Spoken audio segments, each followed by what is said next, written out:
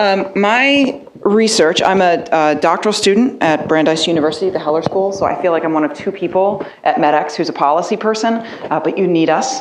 And my research for my dissertation is around a specific community, and I'll get more into that community as we talk. So, but I wanted to start with a story because I do qualitative research and we are full of stories. And that is one of the women I interviewed, a patient, well, I'll call her Alice. In our conversation, she told me that she found out that she was pregnant and had cancer in the same week. And actually the way that happened was she found a lump in her breast. She went to the doctor. They do ask all kinds of questions, do all kinds of tests. So in addition to the diagnosis, they also told her that she was pregnant with her daughter. So she did something very uncharacteristic for her. She was not someone that disclosed a lot of personal information online, even though professionally she did use social media. And she sent out a few tweets that talked about what she was going through and what she was experiencing. And to her surprise, she didn't tag it with anything. She just didn't know where else to turn. She had a great husband, great friends, but no one else in her situation. It's a pretty unique situation. And to her surprise, someone actually tweeted back at her fairly quickly that just said, I've been there. Like I've been in the same situation. So, I think that really struck me, and it spoke to some of the power of why I'm doing this type of research. So, this is, I totally stole this from Susanna Fox's blog. This is a cartoon Jessica Hagee writes, Indexed, which is a cartoon. And essentially what it illustrates is what I think we've been hearing a lot over the course of this conference, that there's something clinical that happens, whether it's at birth or whether it's, an acute event that happens over the course of your life. You are trying to get the information you need. You're not necessarily getting all your needs filled, so you're frustrated for one reason or another. And so there's that middle ground of the Venn where you try to find some help, or you try to do something. You're frustrated, you try to seek help. Here they say Google, but you can insert whatever it is that you might use to find help, whether it's a social networking site or an online portal otherwise, or just Google, just Dr. Google as it's referred to. And some of this, I think in how we're talking about this at MEDX and how we talk about patient-centered care and how we all say the same thing, but we don't necessarily mean the same thing. So this is just a little bit of what frames my own thinking and how I approach my research itself. So when we define patient-centered care, there's a report. It's called this from the Institute of Medicine. I don't know if people are familiar with that, but they're kind of a big deal. And they put this report out about 13 years ago called Crossing the Quality Chasm. And in that, they define patient-centered care. And this is sort of how they define patient-centered care happening. And what I'll say about this is this is significant to me because if you look at the Affordable Care Act today, it is rooted in a lot of what was said within this report, Crossing the Quality Chasm. You can actually look like line for line of things that they suggested should happen and things that have been adopted into Obamacare. So the way that these terms are defined leads to the way that these terms are codified and the way that systems are built around them. So from the IOM perspective, I'll start at the right, because I'm Jewish, we're at the left. So you have, ultimately you want outcomes, safe, effective, efficient. This is what you want for every patient. This is what every patient wants for themselves. In order to have that, you need high-performing patient-centered teams, right? In order to have these high-performing patient-centered teams, you need organizations that facilitate their work. This all makes sense. And within that, supporting all that is a supportive environment. This policy, regulation, organizational. So we have actually that picture should be moved, over the high-performing teams. But what about these guys? What about the patients? It's not a part of the system that has been defined or the system under which that we're really working. So, and apologize for the cheesy stock images. It gets the point across. And I think that's certainly something we hear at MEDX, something I've been hearing for the last couple of days. I actually thought about tossing all my slides and just having a conversation with everyone about this. But, how do we get a patient voice? So this is sort of a modified model that I'm sort of putting out there that really tries to incorporate and value the patient voice as well. So we still want the same outcomes. right? But how do we engage patients so that they feel empowered, that they are more activated, that pairs up with the high-performing patient-centered teams to get them in there? How do we incorporate these informal, semi-structured systems that encourage participation, and pair that up with the organizations that facilitate the work? And how do we create the supportive environment that can be the underpinning of all of this? So now you have a little bit of how my brain sort of functions going into this research. And these are some of the high-level questions. As with anyone's research here, we can only give you a small slice. As with anyone you talk to, you give them about 0.1% of all that you care about and think about. But these are some of the overarching questions. How is social media impacting the ways we communicate, engage about health? And for the purposes of my work here, can a public social media platform, and it's really important, can a public social media platform act as a viable means of creating a community? So the way that I've gone about this is a little different than my predecessors, which is awesome because this is a growing field and there's all different ways to approach this. So I've built in depth by design. What I'm doing is I'm looking at a single hashtag. I'm not going across the spectrum. I'm not looking at the specific word within bios or within tweets, but I'm looking at actually a specific community that is identified by a hashtag. So it's like I kind of sit back and watch the play unfold in front of me. What I'm trying to do is not put the topic at the center, but actually put the people at the center of the research itself. And see more than what do I talk about when I talk about breast cancer, but what are we talking about once we're in a community that we all know that this is some sort of unifying element. This is a prospective cohort study, meaning I have been scraping Twitter manually. I'd love to do it otherwise, but currently the systems aren't quite there. I've set that I'm going to be following this specific hashtag, this specific community, knowing that as a qualitative researcher, things change over time. Like I said, I'm kind of an audience member in a play and I watch it unfold. So I have to be willing to go with the twists and turns. And this community is very much evolving. And even over the course of the 3 months that I was really actively watching, they've made some changes in how they function, which I find fascinating. And as a researcher, what this, from a methods perspective, there are definitely new challenges to consider. I'm doing a combination of tweets and interviews, and it is very hard to maintain anonymity. I'm okay with the fact that they disclose themselves. I put that in my IRB, but as we're going online and doing research, we have to understand that people are going to self-disclose because maybe they think it's cool that their voice is, that they're being asked to participate in something, or maybe they just like to talk to each other, and this is the avenue through which they speak to one another. The volume of data also really large, as anyone who looks at Twitter for research or otherwise knows, and sort of making that manageable can be absolutely a challenge. And the third challenge that I really faced, because Twitter is such an ephemeral medium, and that is the primary means for my outreach and recruitment for interviews, I also had the World Cup happen when I was doing a lot of my tweet research, which, as you may know, shoves lots of tweets off the timeline. It has been very difficult to find people just by sending out tweets. And I've been much more successful if I specifically target people.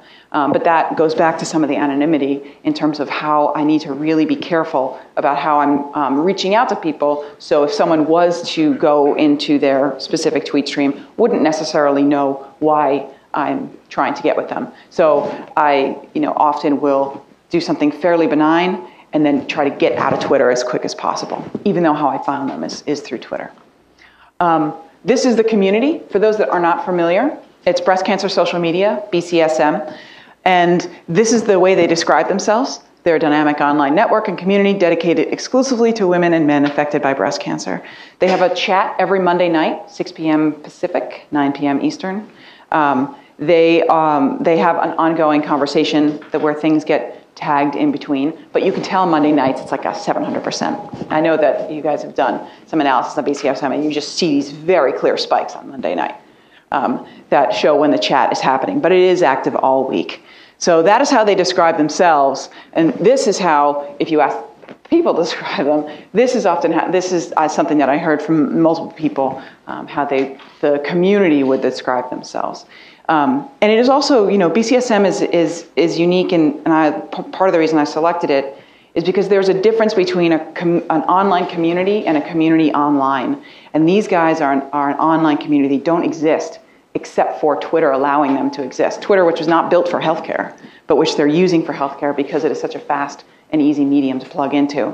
But it's not like they're a running group, a local running group, and they happen to have an online forum to talk. Like, if that forum went away, they could still meet on Tuesday nights and run.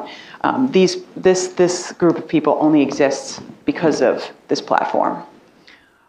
Just some high-level data. Like many others, I'm in the midst of things right now. Just so you can see some of what I have been collecting over time on Twitter, just over 13,000 tweets. What's interesting, things that are interesting to me is the unique users tagging BCSM. So many people tag it, but if you look at how many people are actually tagging it multiple times, and this was over the course of 3 months for my tweet data collection, interviews are still happening, the number gets much smaller. So that's where you really get to the core group. And so what this says to me is that there are a number of people that are plugging into the community because they know it's an attentive audience. And so it becomes this collection. And so there's something to be said as well for creating these spaces where others know they could find an attentive audience as well. But maybe they're just in there for promotion or whatever, something like that. This is a map. Again, this is over the course of like 93 days, I think, where people are tweeting from. It's only accurate to the extent that people put information in their bios. So if they say, I live in the middle of the Indian Ocean, that's where their tweet will pop up. But you can see that even over a short period of time, is very much a global network.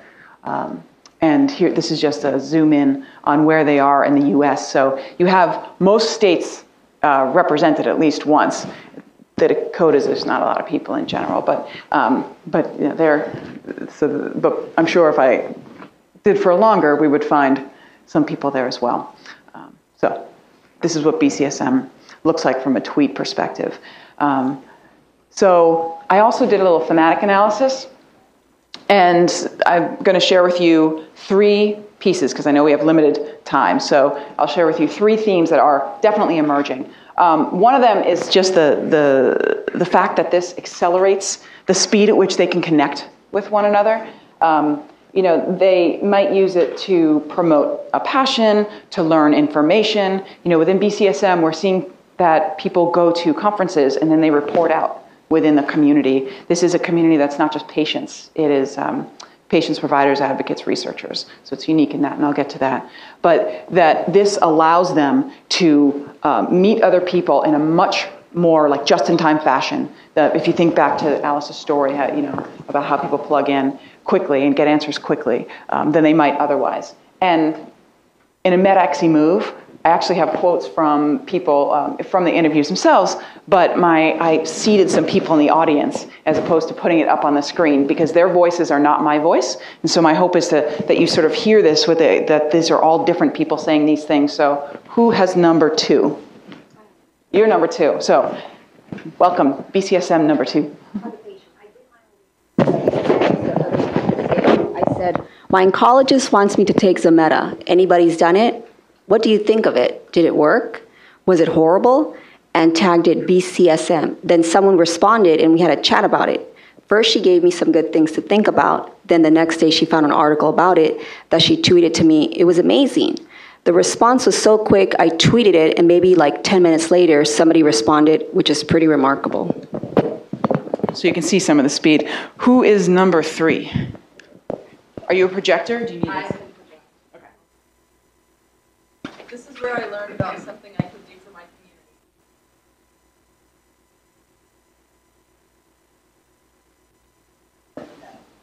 community. Thank you. So you can see people use it not just as a means of getting clinical information, but really as a means of also finding their advocate voice or finding a voice that's beyond. In my head, I always have this inverse relationship between the need to be validated and the sense of empowerment, and that the less empowered you feel, the more that you need more validation for all the good things that you are already doing, because everyone in the room is an expert on something. And so as this community is sort of allowing people to get that validation so that they can feel more empowered, and that leads to statements, I think, like patient number 3. The next theme that I just want to share is that the participant mix in this community, I think, is unique. It's something that has been talked about at MedX, but we haven't seen it as much, and also something that's contradicted by Dr. Lee's research in terms of where people want to sit. But within this community, the participant mix really makes a difference. So there are, as I said, physicians, other healthcare providers, mental health providers. There are basic science researchers. It's driven by patients. It was founded by patients, and that's still the majority of the mix. There are advocates, so there are caregivers. And all of these people coming together in this space makes a big difference in what conversations take place. So this is one of the most talked about aspects within the interviews, and it's something that they've dedicated a few chats to as well. So just to illustrate it, and actually one of the points I wrote down I wanted to make is that even within the roles, so maybe you come in as a patient, but you have diversity even within your role. So you see patients that are survivors for quite some time. So they're coming in, or maybe they're tweeting from a hospital bed, and you really see that even within specific roles, there's diversity within that as well. And I think that that's really significant as well, because that lends itself to some of the give and take that happens within the community. So, all right, who's my number 4? So I'm a patient, and this one doctor was saying that he doesn't allow his patients to record him. And I replied to that, but I wasn't the only one, because then he came back and he said, okay, I need to rethink this. It's like my own reservations about doing this versus what might be better. Why do you think it's beneficial that doctors now are really getting to see the patient? Isn't that something that you've heard like all week? But this happens to be one space where it's actually happening. Who's my number 5? We have a board of healthcare professionals to provide information from the I think.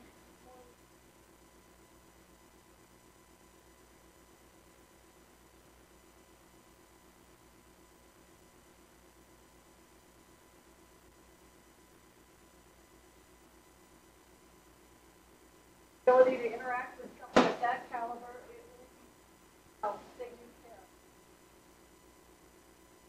Thank you. So, and I think that quote also brings in the additional point of that not everyone has to be online, but there are people online bringing it into their offline world as well, and then that they can bring their offline world into the online conversation. So not everyone has to be on Twitter, but the fact that there are these bridges being built, and that advocate really can use the participant mix as a mechanism or means of saying this information is valid, is really significant. So the third point that has come up a lot and that I'll share with you today is that the community itself is really more of a portal than a port. You can also, I was trying to think of good metaphors. You could say it's a launching pad, not a landing strip. But the point is that, based on the interviews that I've had, this community really acts as a means of people knowing more, sharing more, learning more, but they don't keep it within the walls of BCSM. People get pulled in, like I told you a slice of Alice's story, how you get pulled in, and then you might start to participate. But people connect with each other all the time outside of BCSM, which I'm not capturing, and I don't know if I need to capture, but they're really using this as a means to create ongoing and real relationships. So with that, I'm going to give it to number 8? Yeah. Do you need a mic? Okay. That's really powerful. I mean, Twitter is real life, but that she still separates it that. I always cry a little on the inside when I hear that story, because I think I never lose the gravity of the people that I'm talking to and the gratitude I have that they'll talk to me in the midst of being metastatic. So beyond that. So thank you. I don't think I could have read that. Right. You would have also done it in a Southern accent if you had been her. Am I into questions or I'm into... You're out of time. I'm out of time. Questions, but we have 10 minutes Okay. for the three of you to Sure. questions. So Yeah, maybe that's three fine. of you can sit in front. Thank you, my audience, people.